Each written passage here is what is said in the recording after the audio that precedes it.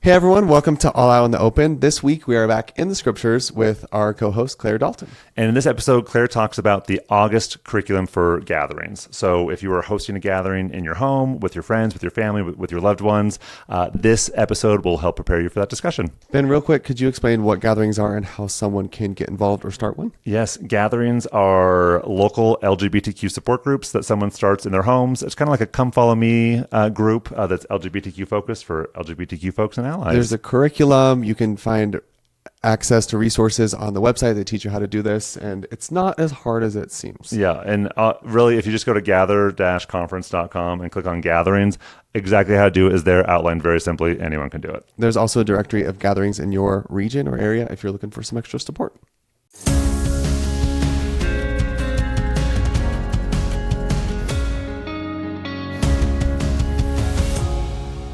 All right, welcome back. This is another episode of All Out in the Open with Clare Dalton, and we are in the scriptures today with my friend Ben Bernards. Ben, say hi. Hey, everybody. Hey, Claire. Thank you so much for having me. So glad to be here. Thank you so much for being here. Where are you joining us from? You're a remote guest, so you're not in the studio with me, and you are in?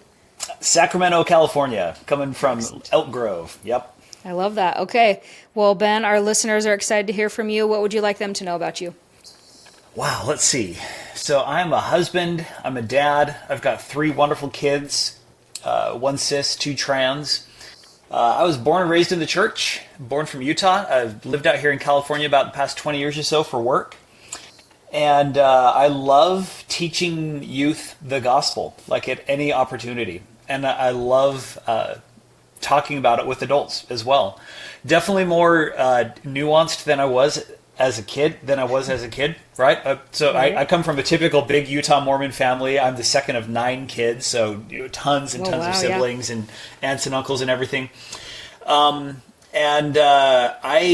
love how the gospel has been transformative to me and how my perspectives of it have changed over the years. So any chance that I get to speak, whether it's presenting at EFY or FSY over the years, or stake firesides out here. I just recently finished a stint in the bishopric in our ward, as well as having taught seminary and gospel doctrine and stake young men's presidency. So just about everything. It's one of my absolute favorite things. And the thing that I love about the gospel is the way that it can make lives better if we're willing to, put in the work and let ourselves be transformed by it. So that's a little bit about me. I love that. No, I love everything you said, and I love the bit about the transformation and putting in the work. I think that that's a great reminder that the gospel is work. Becoming like Christ is work.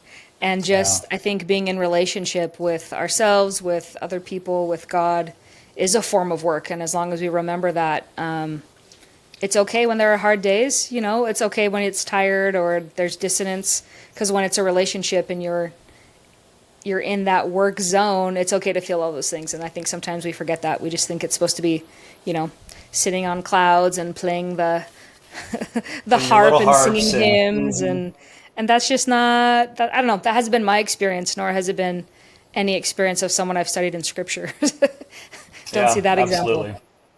I love that. Awesome. Okay, so you said that you have 2 children who are trans. I do, yeah. And how many kids do you have total? I've got 3. So my oldest daughter is up at BYU Idaho in Rexburg. Awesome. And while she was on her mission in Houston, Texas, Spanish speaking, about 2.5 years ago, our next child came out to my wife and I as transgender.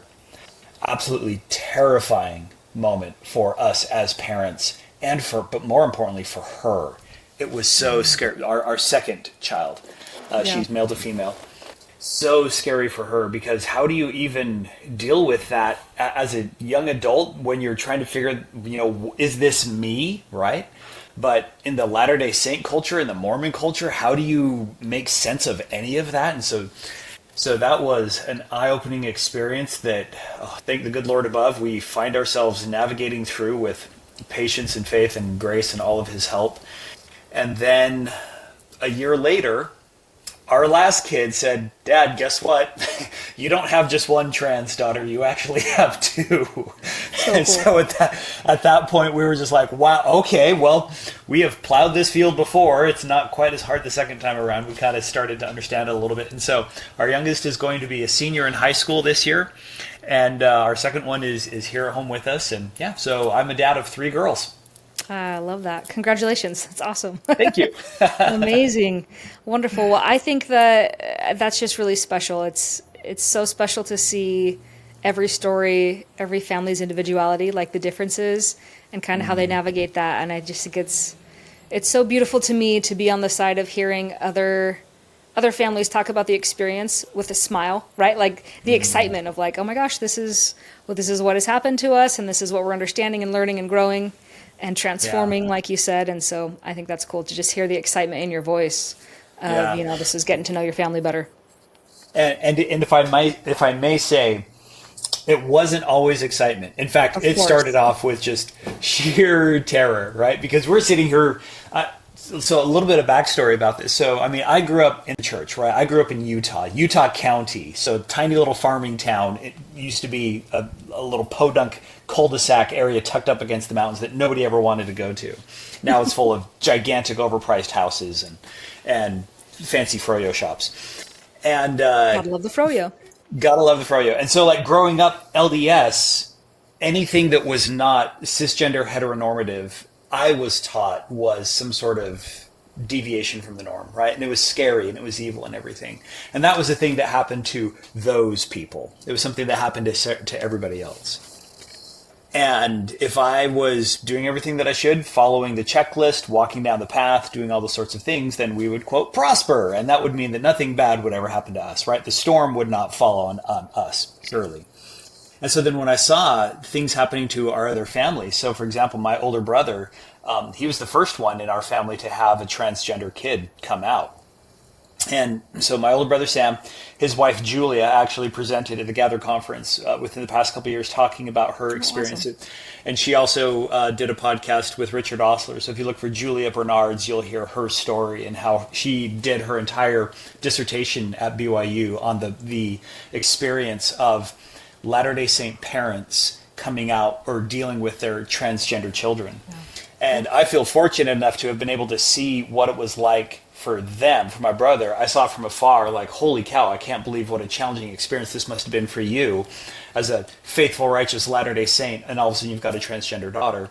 And then a year or so later, it happened to me as well. And so he was the first person that I called when my daughter broke the news to us. I called him up, I was like, bro, how do you eat, like, what do I do?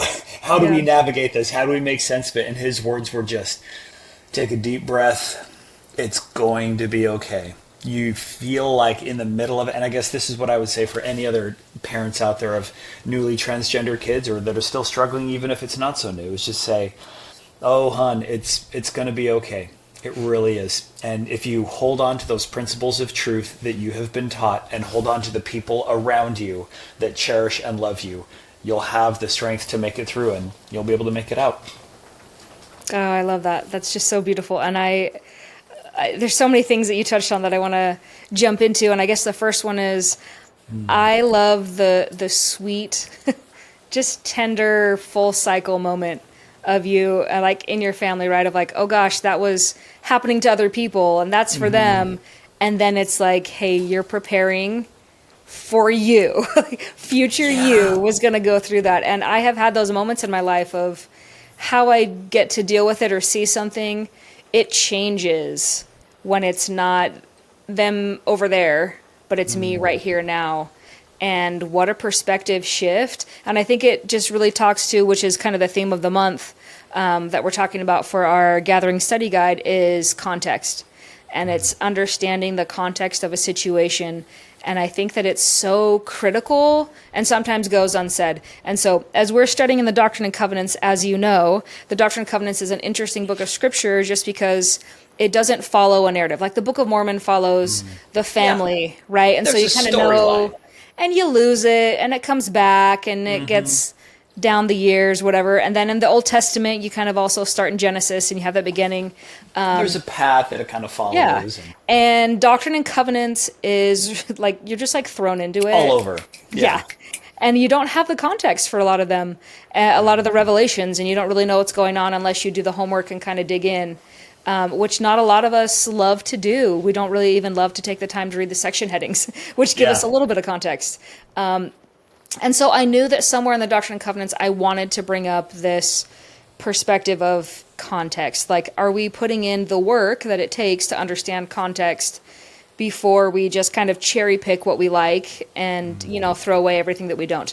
And so I think that just with your story and the little bit that you shared, and I hope you'll share some more, but understanding the context, I think, is just so crucial. Right? So like your context of what you started out with, of what you were taught growing up, and then adding in the context of like what your kids were actually experiencing. And when you know your kid and they come to you and say this, and I don't know how they said it right, but in some way like, Dad, I'm trans. You can't take the narrative of like, this is something evil happening in a back alley. This is a political agenda. This is something that is, creeping in and destroying adults. And it's like, no, I know my kid. Like, I know my kid, I know my family. And it doesn't have those undertones. And I think that is really informative in the space. So I just wonder, Ben, if you can just kind of speak to that. What did you, when we bring up context, what does that do for you? What thoughts do you have? So let's start first talking about the context of the Doctrine and Covenants, then I'll share just a little bit more about like our personal study getting there. So I agree. Everything you said about the whole idea of finding ourselves in the Doctrine and Covenants is more so challenging because, like you said, it doesn't follow that same narrative flow, right? So just in case there's people out there that haven't heard about it, or just to indulge I'm kind of a history nerd. I'm not a scholar in that regard, but I like that kind of like double clicking on some of this stuff, right? Yeah, be a nerd, Ben. I give you permission. Go. Okay, cool. So Doctrine and Covenants was not always the Doctrine and the Covenants. In fact, the part that we have right now is technically just the Covenants. The Doctrine part is a whole separate section. So if you go online and you look for something called the Lectures on Faith, the Lectures on Faith is a series that used to be in the first edition of the book, and that is what is canonically thought of as the doctrine part of the Doctrine and Covenants. And that actually kind of fits into this section that we're talking about right here, because the Lectures on Faith were a series of written and then orally delivered talks/sermons/instructional pieces that have been very foundational to the Latter-day Saint movement for the first century and a half. But since about the 1950s, as things have shifted and due to kind of the corporatized nature and the correlation of how the scriptures have changed, the Lectures on Faith have actually been set aside. It's not disavowed per se, but they are no longer part of our standard works. If you get a quad, the Lectures on Faith aren't there. Nope. Which is kind of interesting because some of the elements of our doctrine that we have believed for a long time about who God is and what is our relationship with Him can be traced back. Some of their earliest elements are found in those Lectures on Faith. Yep. It's also interesting because some of these lectures they do not follow the same level of scholarly rigor that we would expect to see today. Namely, there's no direct author attributed to any one of them, right? We do not have the holograph or something, or the autograph written in Joseph Smith's own handwriting, and he says, I am Joseph Smith, I'm the one who wrote it down. So you can say this is a primary source, right? Or even these are my thoughts and someone else is writing them down for me. Or a scribe is transcribing, right? And so what we do have are these copies of pieces of paper with several different people writing in it, and scholars have tried to go through and do like handwriting analysis, and they figure out, okay, this kind of looks like Orson Hyde, and this one kind of looks like, Wilford Woodruff, maybe a little bit of Brigham Young here, and a couple of parts were Joseph. So different people were writing them down. And if you do a language analysis, then you can kind of see that this part kind of sounds a little bit like Sidney Rigdon, and this is really before there was like officially an apostle, and this part sounds more like Joseph Smith, but it's woven together in kind of this mishmash, all right? Now, that doesn't necessarily make any of it untrue or unclear. It just goes to show what their experience of figuring out their path was like.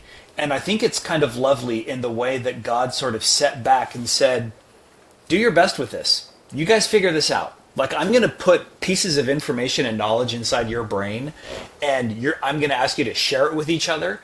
But the lectures on faith do not appear to be any kind of a direct transmission of revelation or inspiration that came from heaven to head throughout to the people, right? Yeah.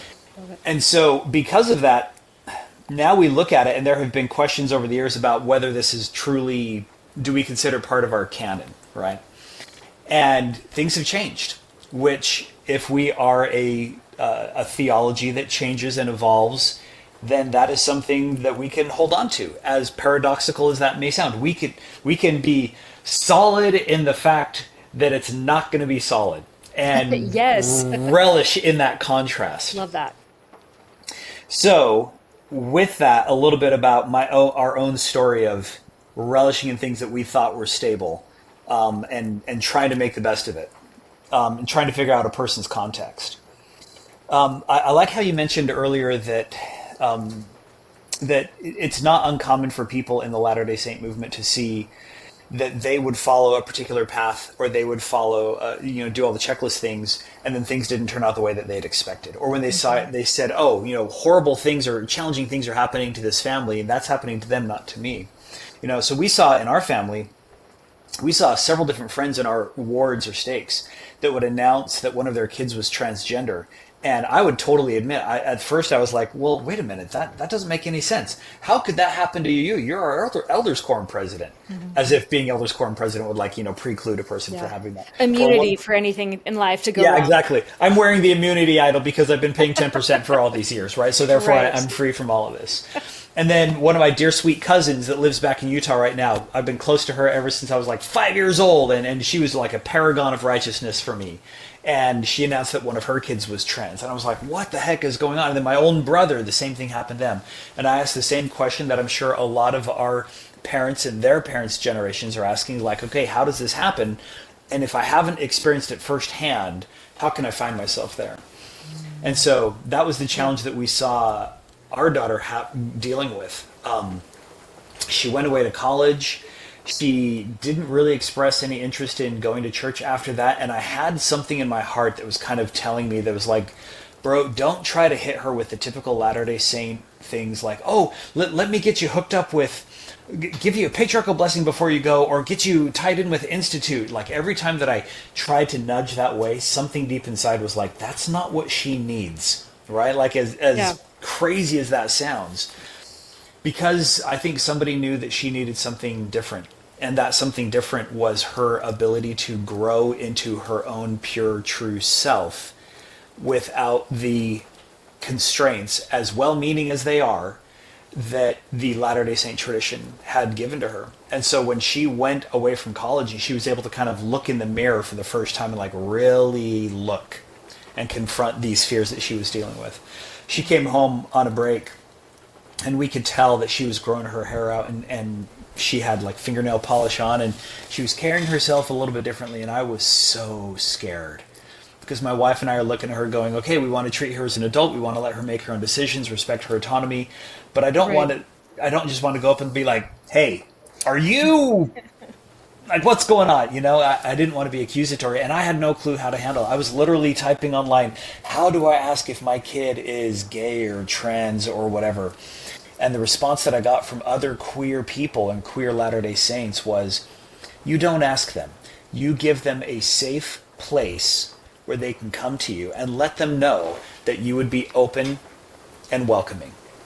Yeah. And then you sit back and then you trust. And Beautiful I was like, advice.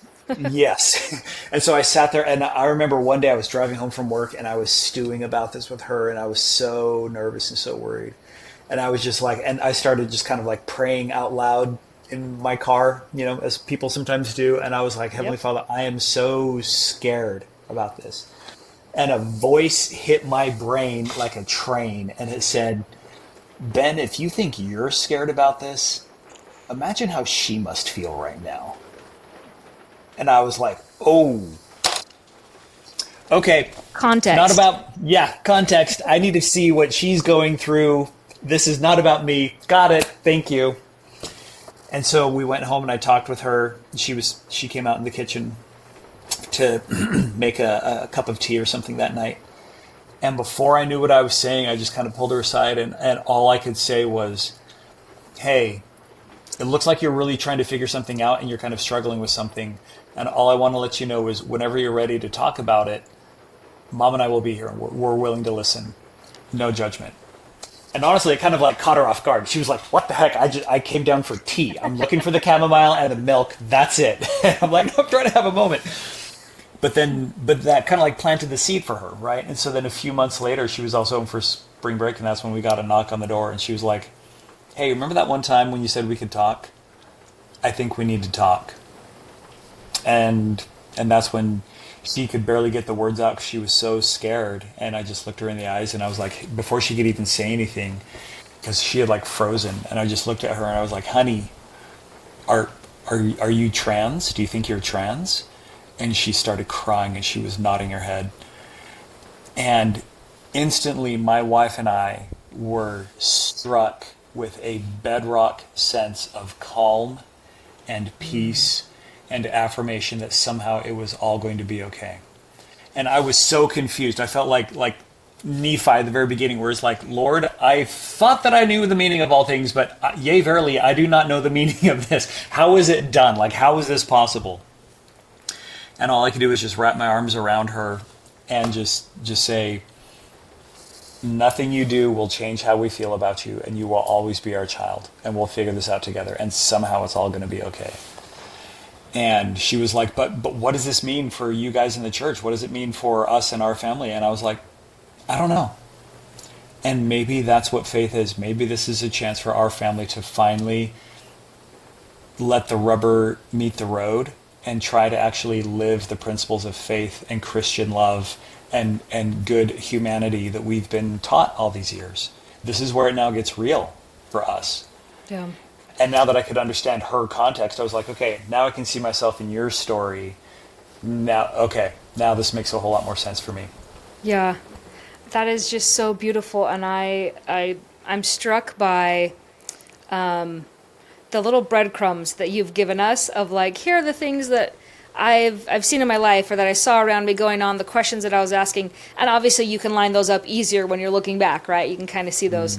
But it is just a beautiful thing to me to see that maybe when you were still missing the context, God wasn't. God knew what the context was and that you would need it, and was preparing you and your family to be ready for those moments. And not that they turned out perfectly, not that it made everything better or easier per se in the moment, but it made it something that you could lean into, something that you had, something to hold on to move through, to navigate the unknown. I was having a conversation with a friend recently, and it was, I can't remember. It was some podcast that I wouldn't recommend or don't listen to. And they were just talking about how we're ruining, how did they say it? We're ruining the psyche of men and fathers because we're asking them to be vulnerable, and that is antithetical to what it means to be masculine. And I was like, I have a lot of thoughts on this. Let's talk about it. And one of the things that my friend was saying, and they weren't trying to back up the podcast. They're just like, I heard this. My friend was saying this. Like, what do I do? And I was like, Sure. I don't know. But it was, anyways, I promise there's a point. But it was just how we keep talking as a culture about how we want to be able to say, I don't know, and be vulnerable. And yet when those experiences actually happen, we then turn on the people who are saying that, and they don't get the validation that they need. And I was like, I see how that could be the case, but I also see so many examples that don't match that, right? And so I just loved, Ben, in your story when you were like, your daughter's asking you, what does this mean for our family? Where are we headed? And you're like, I don't know. And I think that sometimes we think that being a faithful member of the gospel or following Christ means you always have an answer. And I don't think that that is the case. I think God is waiting, in my personal opinion, that God is waiting for us to finally admit all the things that we don't know, so that God can actually give us some things to know, And so I just loved that your story shows the opposite of that it wasn't that you didn't know, that your daughter was like, oh gosh, I can't trust dad because he doesn't have the answer right now how to fix it. That I would guess, and I don't want to put words in your daughter's mouth, but I would guess that maybe that was a deep breath moment for her to go, I don't know, mom and dad don't know, we're going to figure it out together can be such a, okay moment, like we're going to figure that out. And I read that in the background of the undertones of Doctrine and Covenants. I've just always loved that Joseph Smith wasn't afraid to ask questions and wasn't afraid to go, I don't know, let me go ask God. And then even get an answer and go back to God and get a different answer. And I love when you can see his revelations where it's been crossed out and things have been added in, or I had different language now so I can understand it better. And I love that sense, that hunger of, I don't know the answers, so I'm going to keep going back to the source to get them and refining them and do better, that I don't have to go, well, someone said this was the answer one time, and therefore it is always the answer. It cannot change. We're good. It's all there. We got it. Yeah. There's one line in section 84 as I've been looking over this the reading for this section. This is in section 84 verse 46. It makes me think about what you were saying about how we get these answers. And what I love about this particular verse is that the way that it describes how the Spirit can interact with us, that is independent of gender, of sexuality, of role, of whether or not they have the priesthood, even of whether or not they're even a member of the church. Yeah. It's basically just God talking to children, right? So I'm just going to go ahead and read it if that's okay. This is section 84, 46, 47. It says, quote, "And the Spirit giveth light to every man," and I'm going to add woman, child, person, whoever. "The Spirit giveth light to every person that cometh into the world." Now, if you pause right there, just that first statement could be considered groundbreaking in Christian theology. The Spirit giveth light to every person that cometh into the world, no matter what, right? So we've kind of modified this, and we've tied this into the idea of the light of Christ that we hear about in the Book of Mormon. And it continues, "The Spirit enlighteneth every person through the world that hearkeneth to the voice of the Spirit." So I like how there's two different things here. There's the idea of the Spirit giving light to every person that comes into the world. So that's kind of like us being like the passive recipient, right? So there's a light source. Like right here, I literally have a light source coming at me, right? Yep.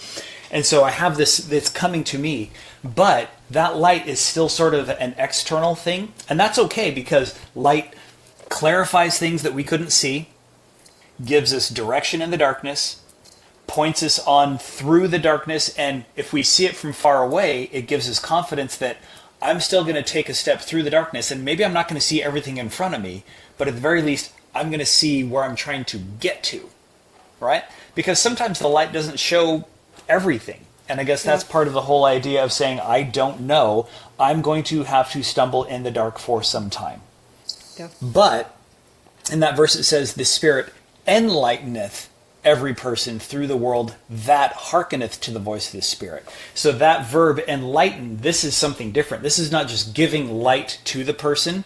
By throwing that prefix on there, we're now talking about that light is going inside. This is now not just a light on the outside that was given to me. This is something that I have inside radiating out from me. It's something that I can carry with me through the darkness. Now, that doesn't even necessarily mean that it's brighter. It doesn't even necessarily, now I've got like a possible flood lamp that's going to show the entire thing all the way down. Yeah. But it's this sense of maybe if you hearken to the voice of the Spirit a little bit more, that's how it gets inside. So there's this relationship that we see that God is trying to help us understand about how the Spirit works, where God, in their grace, is going to give the Spirit first to everybody in small doses.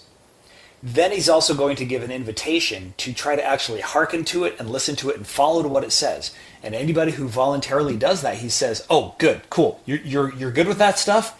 Well, once you actually listen to what it's saying, some of that light's going to go inside, and then you're going to get more." So every bit and piece that you are willing to take in, if you take in a little bit more, then you're going to be getting a whole lot more. And that's when we see the progress comes in verse 47. Everyone that hearkeneth to the voice of the Spirit eventually cometh back unto God, even the Father. And we'll throw Heavenly Mother in there as well. And so really that's the entire, I mean, isn't that the plan of salvation, right? We come here, he says, okay, you're not going to be alone. You're going to have a tiny little bit. Listen to the tiny piece that you have and keep repeating until you make it to the end. And somehow it's going to be okay. And I love that. That's a beautiful explanation, Ben, and it just makes so much sense. And I think that we have lost some of our trust and our faith in that internal light because we have so much light around us. We're living in a dispensation, right, where we have restored truth. We have the church. We have scripture. We have ways to communicate it. We have the ability to do podcasts, like, in remote spaces. And I think that sometimes because there is so much light from an external source, I think that's reflected back to us. We have, and I think sometimes directly and sometimes unconsciously, but we've been taught that that's the light to trust into, right? Just focus on that light. And I love that the scriptures always teach the balance of the internal light and the external and growing together. And I feel a resurgence in our world of people trying to go back and go, wait, hold on. I'm seeing all of this that I'm being told is light out here. And even if it's so bright, I'm not feeling it or I'm not noticing it or something about it isn't quite right. Going back in to go, well, it's because I've been told that I'm evil or that I don't fit. So I don't have any internal light. So I have to take it from an external source. But then going back to the roots and going, wait, no, hold on. I have a piece of God. I have a piece of light within me that I came with. I can trust that. And it's brighter when you add them together instead of just going one or the other. And it reminds me of, and we're just going to skip over, and we don't have to stay a long time here, but it reminds me of section 93, kind of the end of this scripture block. Section 93 is a great one. It's a long one.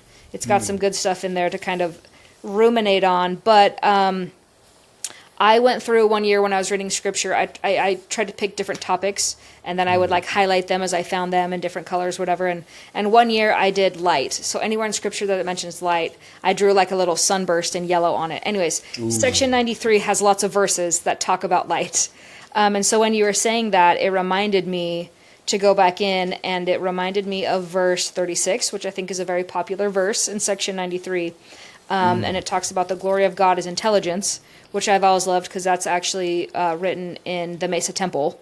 Those words are part of the decoration inside the temple I grew up in. The glory of God is intelligence, or in other words, light and truth.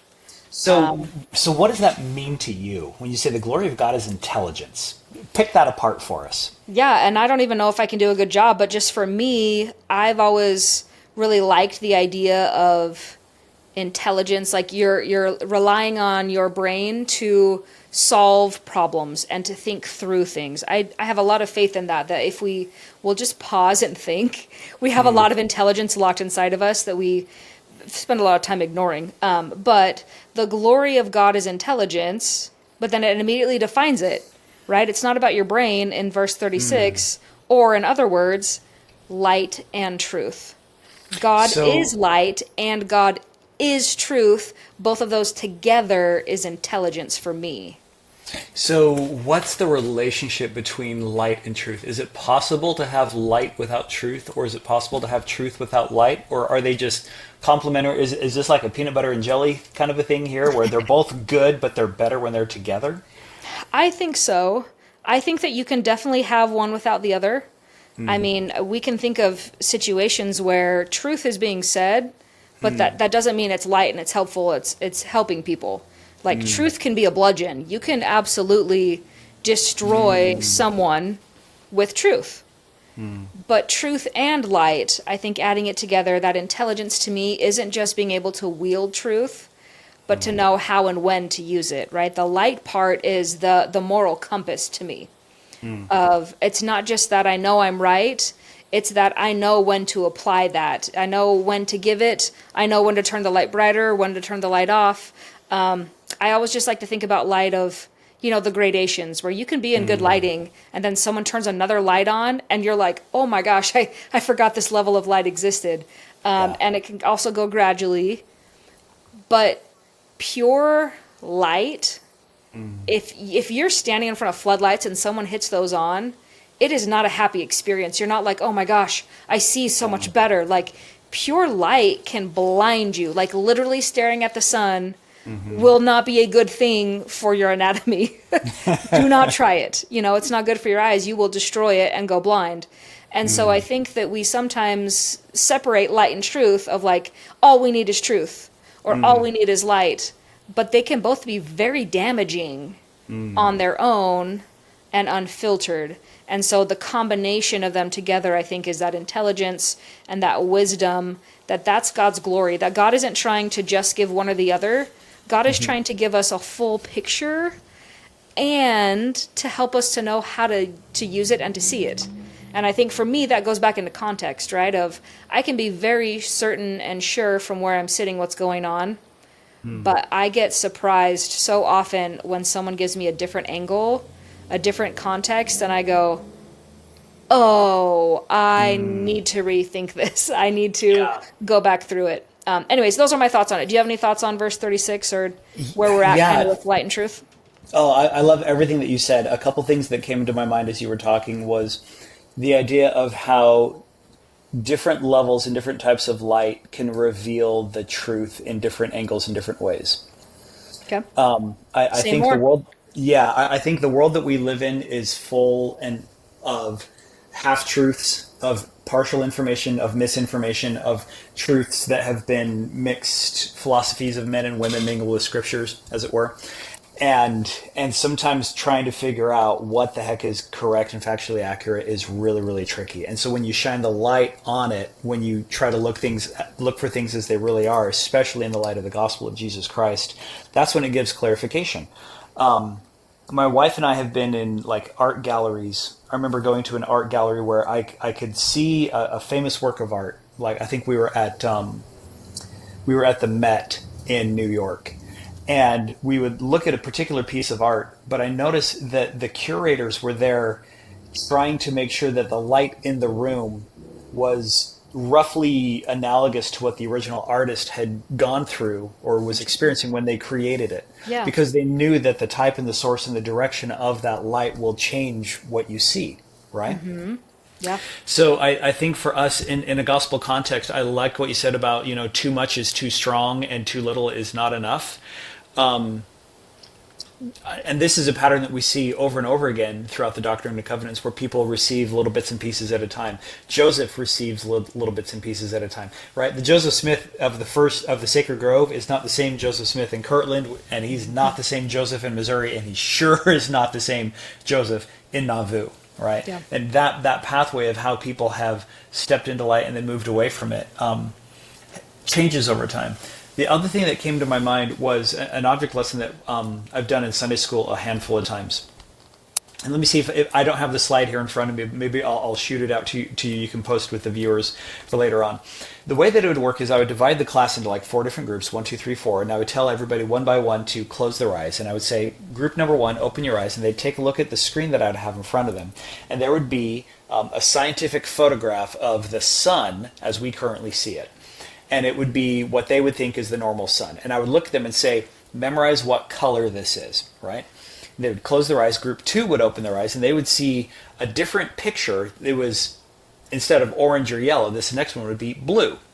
Close their eyes. Open the third one, they would see something green.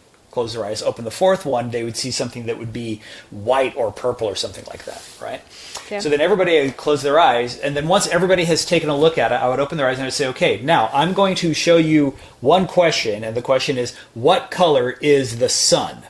And all 4 groups would yell out simultaneously the different colors that they saw, and every single one of them, and then it'd be like, okay, wait a minute, turn to your neighbor and figure out who the heck was right. Like, well, I saw purple, well, I saw green, well, I saw blue, right? And every single one of them, they're like, Brother Bernards, what do you do? You showed us something totally fake. Those were like 4 different stars. And I was like, no, that was actually the exact same star. In fact, here's the composite image of all of it, and the 4 colors that you saw were 4 out of a total of 12 or 16 that we are aware of. The difference is that science has only within the past century or two have we gotten to the point where we can develop lenses that are able to shift and see different wavelengths of light, and to our human eye, it looks like it's colored differently. And when you look at the same sun through a certain lens, it will change the color of what you're seeing. Now, for millions of years, humans would swear up and down that the sun has exactly one color. And now, here in 2025, I can say that the sun has at least 12 different colors, depending on how you're looking at it. And now all of those combine to make what we now perceive as light.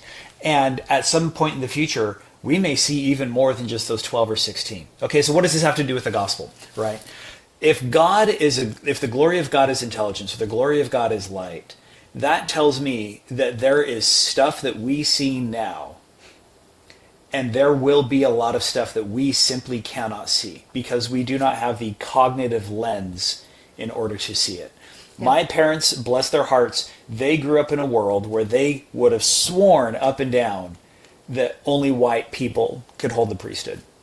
I grew up in a world where I would have sworn up and down that only boys could be witnesses at baptism. And imagine what the world will be like, what my kids are going to swear up and down of what will be different in the future. Yes. When we finally get to the point where we are able to see a new cognitive lens. And at that point, the source of all the light, our heavenly parents, will be up there going, I think you're starting to see it now. Now you're starting to see the intelligence. And you've got this level, you're ready for a little bit more, and a little bit more, and a little bit more. It kind of full circle moment for me, just bring it back to where you started with your family and just the trans experience. We have seen in the last few years a lot more light and truth and understanding what that experience is, what it's actually like, because we're starting to talk to trans people and asking them questions and then listening to the answers versus assuming that we know what it is.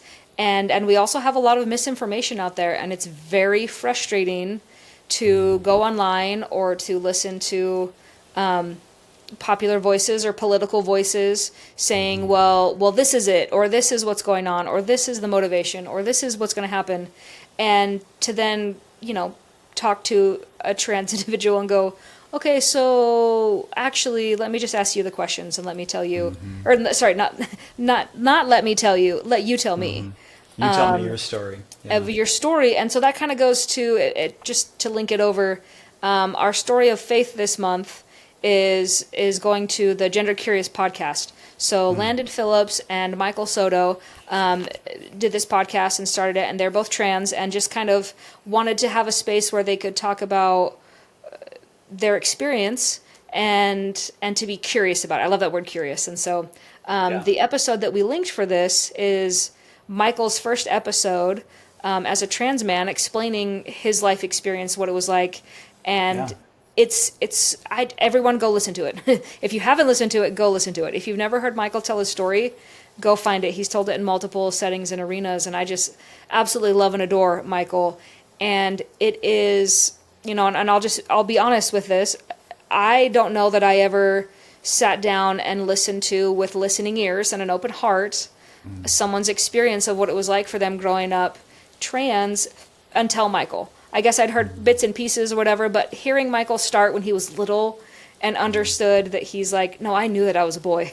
When I was very young, I knew it, and it didn't matter that my body didn't match that at the time, like I knew. And just hearing him describe it in such a Michael way, it's just relaxed, it's calm, it's just telling the experience, is so informative because it disarms some of those assumptions that we've made and that we've been told. And I have found that fear. Yes, exactly. It cuts through fear. And I have just found that over and over and over, if there have ever been people or groups of people or ideologies or anything that I didn't understand and had assumptions about, if I can just sit and listen to them talking about what their own experience, not someone else's commentary on it, has always led to light and truth for me, to more understanding and intelligence, to go, I had made some assumptions, I had believed some things, but now that I'm looking at you and I'm hearing you and I'm listening to you, what I'm feeling is not matching what I was told. So then I got to go in and do the work. And I think that is light and truth. Light and truth is having the awareness of being able to challenge previous assumptions and to dig deeper and go, yeah, I've been told this, but does that match what I'm actually feeling and thinking, in this moment? And I think that holds true across demographics and lines and across history. How many stories, love stories, movies do we have of people who think that they're different and then get to know each other and find out they have more in common than they ever had that would made them different? Or people who fall in love with the wrong type of person only to find out that was, the love story that we're all rooting for anyways. And they had to let go of that assumption or the Yes. tradition of their fathers or whatever. Yes, in every culture, in every time period, this is a story that we keep telling, and it's also the one that we keep fighting against. Yeah. And that ties in actually to the next several verses. I really like this in section 93, right after the ones that you brought up. So starting with verse 37. So it defined light and truth as intelligence. And then it says, light, this single little snippet, light and truth forsakes the evil one. Not like it casts it away or it pushes it away. It's the light and truth that's doing the forsaking. It's light and truth that's being like, yeah, nah, bro, you're not him. This ain't it. This is not, get out of here. Like, I'm going to go do my own thing because I've got light and I've got truth. You have none of that. But here's where it gets even better. Every spirit of man or woman was innocent in the beginning.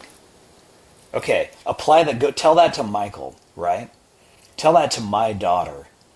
Tell that to every single person that is out there that has been told by so many other voices, sometimes even Christian voices, sometimes even Latter-day Saint voices, that they are wrong. And here's our scripture saying, wait a minute, you've been innocent since the beginning. And God redeemed man and women from the fall, and they became again, in their infant state, innocent before God. But then the wicked one cometh, and look what he does.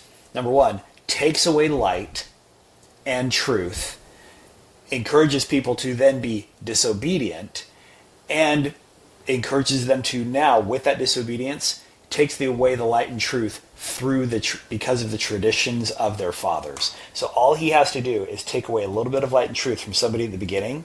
They then take on a new cognitive lens, right, that blocks certain wavelengths of light, and now they say, oh no, that the sun couldn't possibly be green or blue or purple or red. The sun is now yellow, and that's all it ever is, because that's the way that God made it.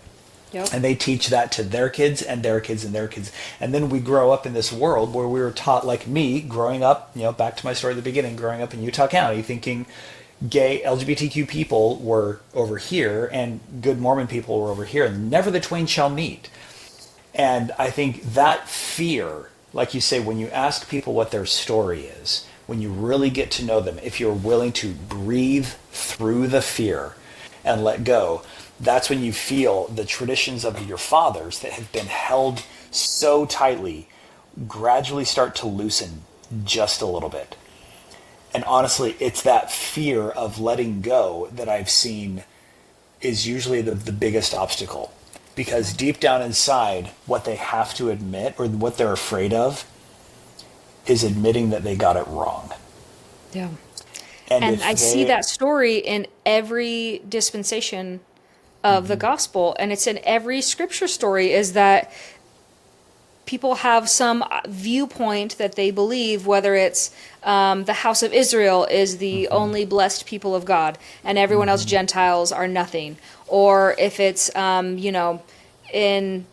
I'm just thinking about the Book of Mormon, right, when they're like, okay, well, we're done with the law of Moses now, and we totally don't need it. We're totally it's good, over, right? And just all these different things. Or why the Lamanites hated the Nephites, because the Lamanites taught, oh no, the Nephites, you guys robbed us and you took away the kingdom from us. And so, and then when somebody comes up from the outside and they're willing to listen, and Ammon with King Lamoni is like, no, I just have to get you to let go of the traditions of your fathers. Yeah. And when they mentally go that, oh wait, if I might be, and when they do, then all of a sudden, And Samuel the Lamanite is another example that I love, who's the only prophet that we give a clarifier of where his, it's not Nephi the Nephite. Nephi the Nephite.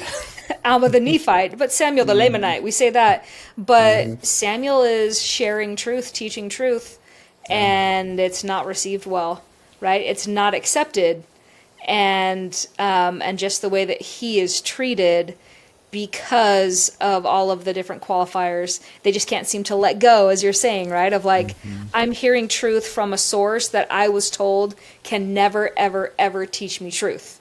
Yeah. And I just see that over and over in scripture, whether it's the teenager, it's the farm boy, it's the kid, it's the person who's, not of the chosen flock.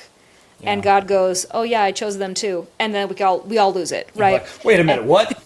And especially in the New Testament, which is I love to study the life of Christ in the Gospels, but the more that I read it and study it, that's what I see and hear is that the people who are following Jesus, I used to think that they were just like, yeah, we love it, awesome, and I read it now and they're going, are you getting this? Do you understand what he's talking about? I'm confused. He's And like asking totally them on to the let other side of the go. tracks here. Like, what are you doing? Yeah, This and is they're like, totally. I've had experiences with you. I trust you. I love you. I believe you.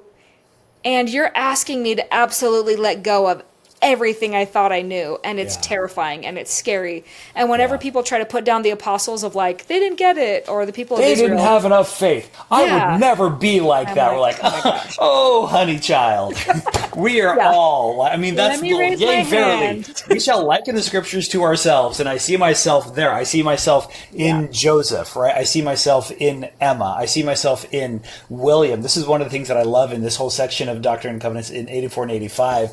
There's this underpining of this thread that's kind of undergirding everything of the apostles not getting along with each other, right? Yeah. And this is one of the reasons why they had to kind of establish the school of the prophets, where they say, okay, listen, we've already heard about the lectures on faith, and that's really good, but they had traditions of their own that they had to get through, right? Like Joseph had a younger brother named William, and the two of those guys, they would fight all the. So yeah, this is our prophet, Joseph, the good guy, right?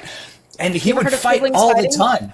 Yeah, I mean, it's once or twice, neither. maybe. I mean, it's kind of, yeah, if they weren't listening to mom and dad on family night, so we put them in the corner for timeout and made them promise to be nice to each other, right?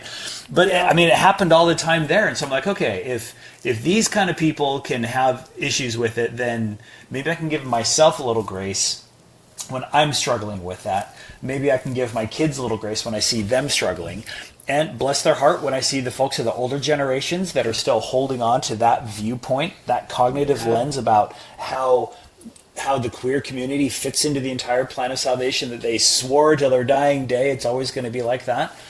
That's when I can say, okay, we can hold on to the little bit of light and truth that we are willing to have, and hope and pray that they're willing to receive more. And until that time happens, I can still walk forward in the light and truth that I've received. And I have, yeah. yeah. Beautiful. I love that. Oh, excellent. All right. Any other thoughts on this? Do you want to skip to a different section? Other thoughts you have? Let's go ahead and move on to another section. What else did you do want it. to talk about? Okay. If you're asking me, and you did, I'm going to take your word on that. for I love to jump into 89. Ooh, I love Section the word 89. of wisdom. So what's Section 89, Sister Claire? What the heck are we talking about here? So this is what we call the word of wisdom, and it's I found in teaching seminary, I found when I asked youth and even when I asked adults, like, what is the word of wisdom, I got a very different answer than what Section 89 looks like. And so that's kind of where I Really? always start from, is I go, okay, in my classes I'd go, what's the word of wisdom? And almost always the first thing, right, is you hear no alcohol, and you can't smoke or drink, and like usually What about that's, coffee? Can I get my Starbies or no? well, it depends on your reading. No, I mean, Oh, there's so much in here, and you start a class on that, and suddenly you have people going, well, my dad was a patriarch and he said this, and my did great this. uncle who was an apostle said, and you just start going, and I go, well, hold on, let's read Section 89, and we let's see start what it reading. says, and then figure out our interpretation of Yes, what it means. and So always go ahead and before read we off get for us. before we get through the 21 verses, there would always be someone in class who goes, "This doesn't. Are we sure we're in Wait the a right minute. section?" What? Are you And- reading from the right Section 89? That doesn't Yeah. sound like mine. And then they go, "I thought it was different when what we were taught, or what and so it was just. It's a fun example to me of just, I think that we as a church could do better about going in and reading and studying the section and analyzing what it says first, get the context before we jump into how it's been interpreted and continues to be interpreted in different ways. There's been different, over the years, prophets have come out with clarification of, well, we're going to say this means this, and we're going to say that this breaks down even further to this and this and this and excludes this, and on over the decades, to the point where I've had kids go through and go, it doesn't say, the word coffee isn't in here. I'm not seeing coffee. And everyone starts looking, where's coffee, where's coffee, where's coffee? And you always have the kid who goes, oh, it's hot drinks. And then we start talking about that. And someone else goes, well, what about hot chocolate? Bingo. Oh, yeah. And it doesn't say vaping. Well, how come there's no vaping? Yes. Is that weed's not mentioned? There's plenty of other things. And someone goes, well, it doesn't say no Red Bulls or Monsters, so I'm okay. You know, as they're cracking open their in class and drinking it. And so anyways, I find that to be an interesting conversation to have. And it's a difficult conversation to navigate because people have a lot of feelings on it. And when you have a group of just members of the church, right, you just take a group of 10, you're going to have someone who really believes, you know, I'm going to stay away from caffeine because I don't like how that feels with my body. And my grandma had this great experience and bore her testimony, and so that's what I believe. And then you'll have them sitting right next to the person who's, you know, just walked in with Dutch Bros. And is like, well, here's what I'm drinking and here's why. And you'll have the person next to them who's like, well, let's talk about, you know, medical marijuana and how it's helping my dad who has cancer. It's the only way he's ever found relief. And you get those people all next to each other, and suddenly it becomes very uncomfortable. The black and white starts to get gray and fuzzy. We start making truth claims, and it's like, well, I think this. And it's so hard for us to go, I can think that and believe that and feel that for me, but that doesn't mean I have a right to apply it to everybody else. Yeah. And that's a hard context to sit in for some people, especially teenagers who are trying to make sure that they fit in, that everyone else believes and thinks the same way that they do, because that's how they feel safe. And then we just get the bigger teenagers who are adults who are doing the same thing. They're still teenagers, just a little bit older, right? Yeah. And that's part of the natural, I think it's part of our human nature, right? And if I were to like zoom out just a little bit on this. Yeah, please do. Humans have been trying for millions of years to figure out how to feel safe. This is like core operating system application running in the back of our brains since caveman days. Number one thing, we have to feel safe. I have to know that a saber-tooth tiger is not going to come eat me from over there, and the berries that I went to eat over there are going to be okay for me to eat tomorrow, and my wife and kids in the cave are going to be fine. This is like for millions of years. So we literally have millennia and millennia of evolution that is baked into our DNA that is driving our desire to feel safe. When that extends to societies, we will then express that desire for certainty and fear by establishing whatever rules, structures, traditions, policies, commandments, religions, whatever, that will help us feel safe. And we will follow the traditions of our fathers, whether they be good or evil, in helping us feel safe. And then we can sit inside, nestled around this little cocoon of safety, and we can finally turn off that caveman part of our brain that goes, phew, I don't have to worry because I know that I'm on the inside and all the scary stuff is on the outside. And as long as I stay within the boundaries that this has created, then I can now feel safe and I can assure it because now I've, quote, done things right. Now, the Latter-day Saint tradition has taken the whole Christian theology of saying we're safe on the inside of Christianity, and we've enrobed it in yet another layer of not only policy that we have to follow, but doctrine that is interwoven with that policy. And we call it that word of wisdom thing, right? So we will say that there's a revelation that establishes what this is, but then, like you said, we have chosen to interpret and negotiate with the text to create a new modern interpretation of what that word of wisdom is. The way that and this is something that frankly, we have to own up to this. We have to say, yeah, this is part of who we are. And that is this. The way that we understand and interpret the word of wisdom today is not the same as how it was interpreted and understood in Joseph Smith's day. They're two separate things. Yeah. They're interconnected. They're like family members on the same tree, but they are not one and the same. And we do a disservice to ourselves and our children when we simply just try to reduce it to black and white and just point to Section 89 and say, that's what it is, because, don't question it, because that's the tradition of our fathers. Because Right. once the kids actually start double clicking into it and being like, hang on, then they have that realization, right? And so with that comes this realization of text is not inherently meaningful. The text in and of itself does not have a meaning independent of its audience or its author or the context, right? Every single person that reads the text is going to have to negotiate with it and make sense of what does it mean for them. So case in point, for me, growing up in Utah County in the 80s, child of the 80s, on Saturdays I'd sit there in my Knight Rider pajamas and I'd eat my Fruit Loops and I'd watch He-Man on TV, and it was totally awesome. And then on Sundays I would go to church, and I had a Sunday school teacher that told me that hot chocolate was against the word of wisdom. Oh. And I came home and I was absolutely horrified. And my mom said, well, yes, but no. But as a 5-year-old kid, how can you possibly make sense of that, right? Yeah. But then I also heard things that would say, oh, we don't drink caffeine because it's against the word of wisdom. And then here are all the supporting anecdotes that would fill that up, that went all the way, whether it's what's sold at the MTC, quotes that have been given by prophets on 60 Minutes television show, stuff that is being sold at BYU bookstore, et cetera, et cetera, et cetera.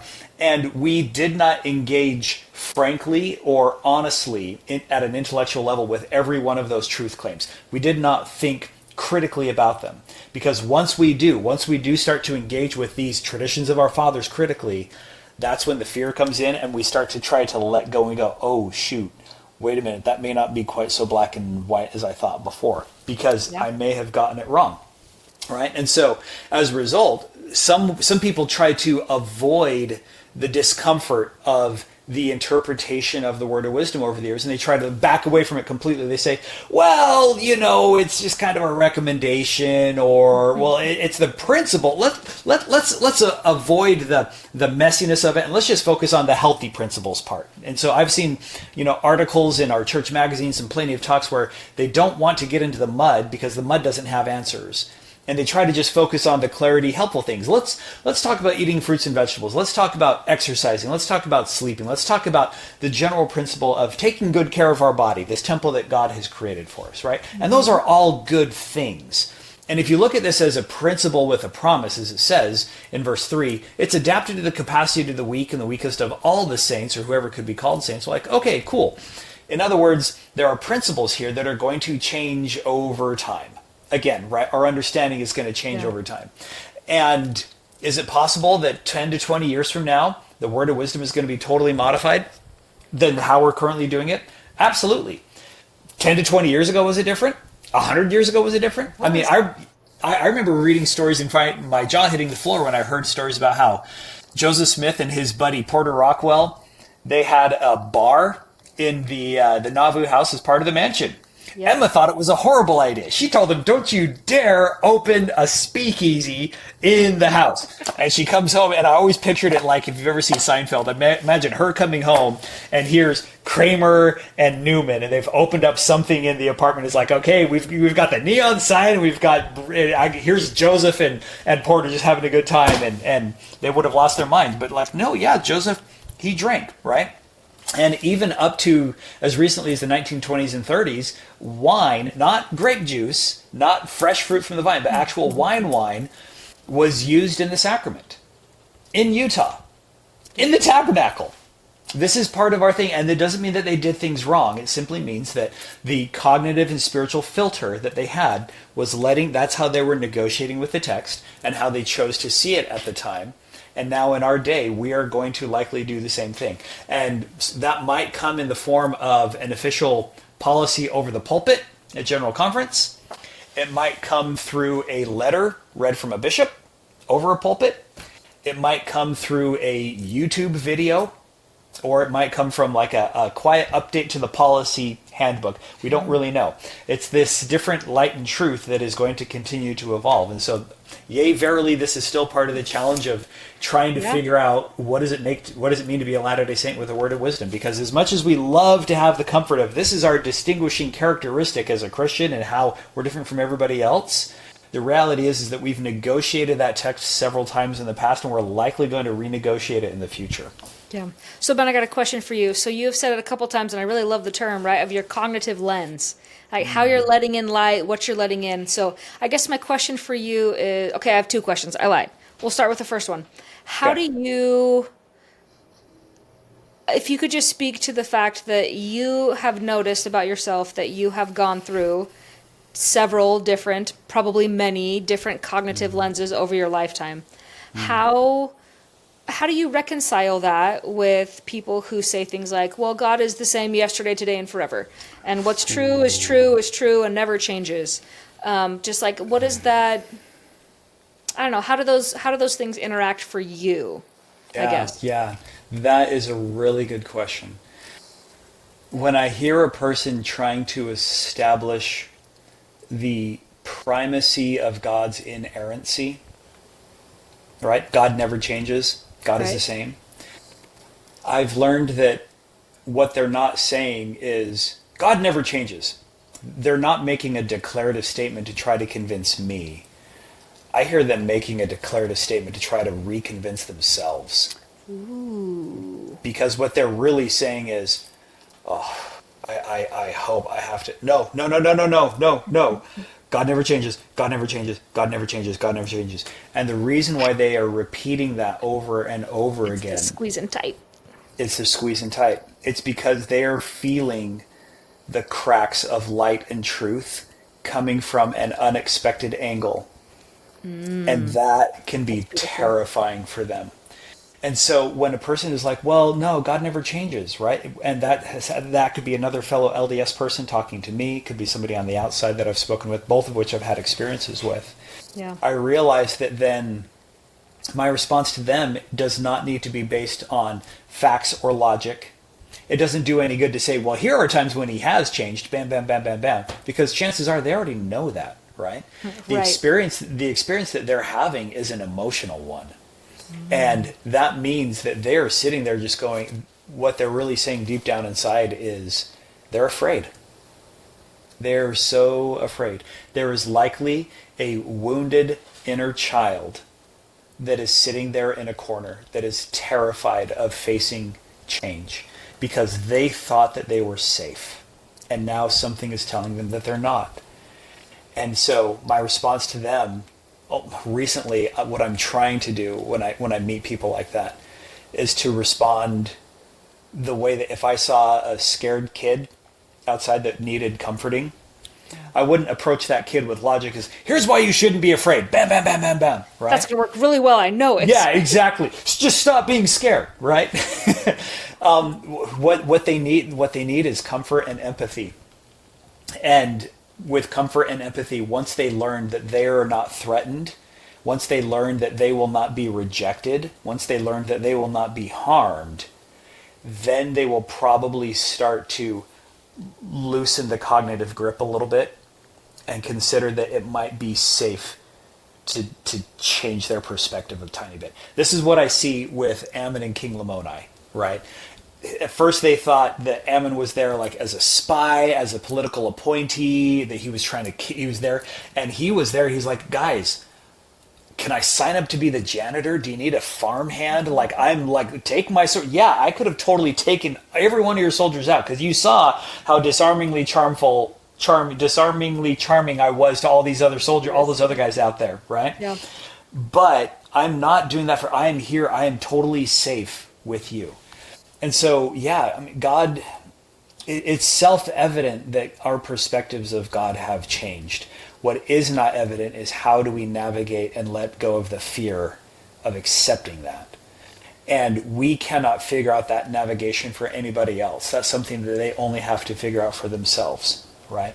But if they know that they won't be rejected as they go through that, if they know that it will be okay for them to admit that they were wrong, that they admit that they didn't have all the light, when that cognitive shift changes, then that inner child can somehow step out and realize that it's actually going to be okay. Does that make sense? That was, yeah, it did to me, and it was a very beautiful answer, and taught me some things that I'm needing to hear. So thank you. It helped me cushion some conversations that I know I need to have. So beautiful. Thank you so much for that, Ben. And then I guess my next question was kind of tied up in that, so I'm switching it up.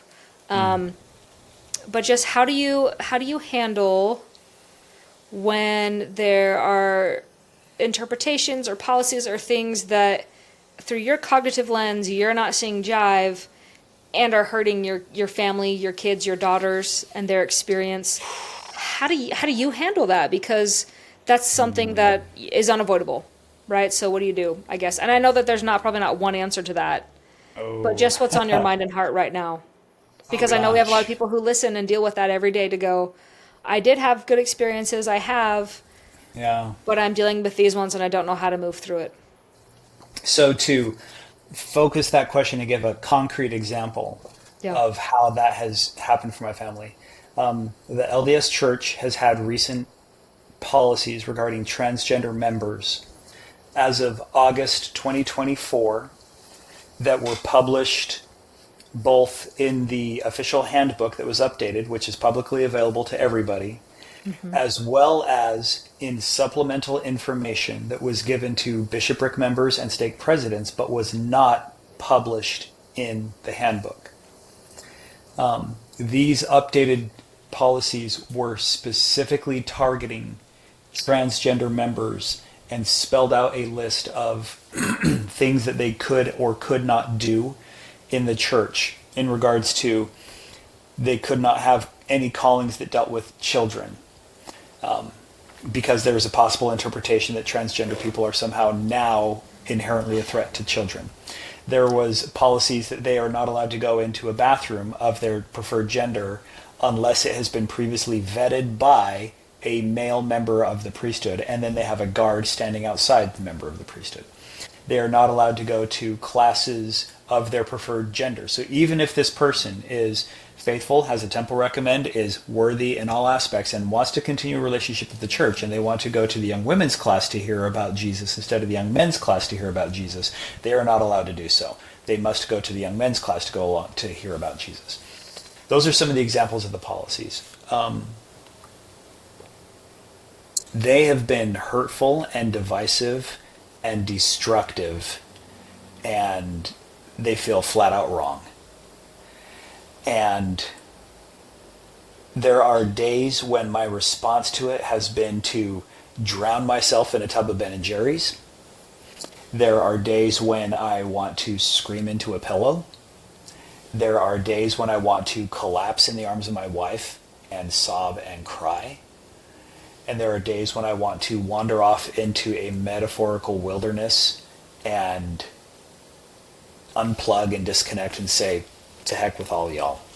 I'm done. There are days when I want to rage at whoever is the closest proxy for the church. And what I mean by this is we sometimes think of the church as like this amorphous blob, like this shapeless monolith that is far away from us, right? That's the capital C church. Yes. And they send envoys down to us in the form of stake presidents, area authority 70s, and bishoprics. And those people then become a proxy for the big capital C church. And so I'm never going to talk to like apostles and committee members, but I have, by extension, their ambassador, which is these people. And so if I can't rage to those people that are far away, I can rage to the next closest thing, which is the people close to me. Yeah. And so there are times when my brain, as it is seeking for an outlet for its pain, because pain needs a place to go or else it will canker and turn into bitterness and then resentment. As it is seeking for an outlet of that pain sometimes tries to latch onto my stake president or my bishop or my area authority 70 or whatever, as if they were the ones that made the policy, right? Yeah. But at least that way I have a face and a person that I can point to, because deep down inside what I'm still feeling is that whether it's through all of those different responses, the core of it all is just the sheer sadness and the grief. Yeah. And what I've learned is that, well, a couple of things. Number one, I am not the grief. I am feeling the grief. I am experiencing the grief, and it is flowing through my mind like a river, and it might be taking up a big part of the river. But I am not the river, and I am not the grief, which means there are times in my past when the grief has been strong and has filled up the entire river, and then eventually those waters ran clear again, and the grief went away. And there are times when it felt like it would never, ever leave. So my response to them, how do I make sense of it? First and foremost, I have to let myself feel what I am feeling and not try to deny or shape it or constrict it or shame the feelings. If I'm mad, I can feel mad. I am not the anger, but I can feel the anger. Yeah. I am not the betrayal trauma, but I can certainly feel the betrayal trauma. And once I have that degree of separation between my identity and the emotions of my identity, and I can have that space as minuscule and as infinite as that space is, that's when I can feel like I have room in that space between me and the emotions. That's when light and truth can come in. And that's when I can feel the peace in the river that is underneath the rage and underneath the sadness and the betrayal. And that peace will always be there, even after the rage and the betrayal leaves.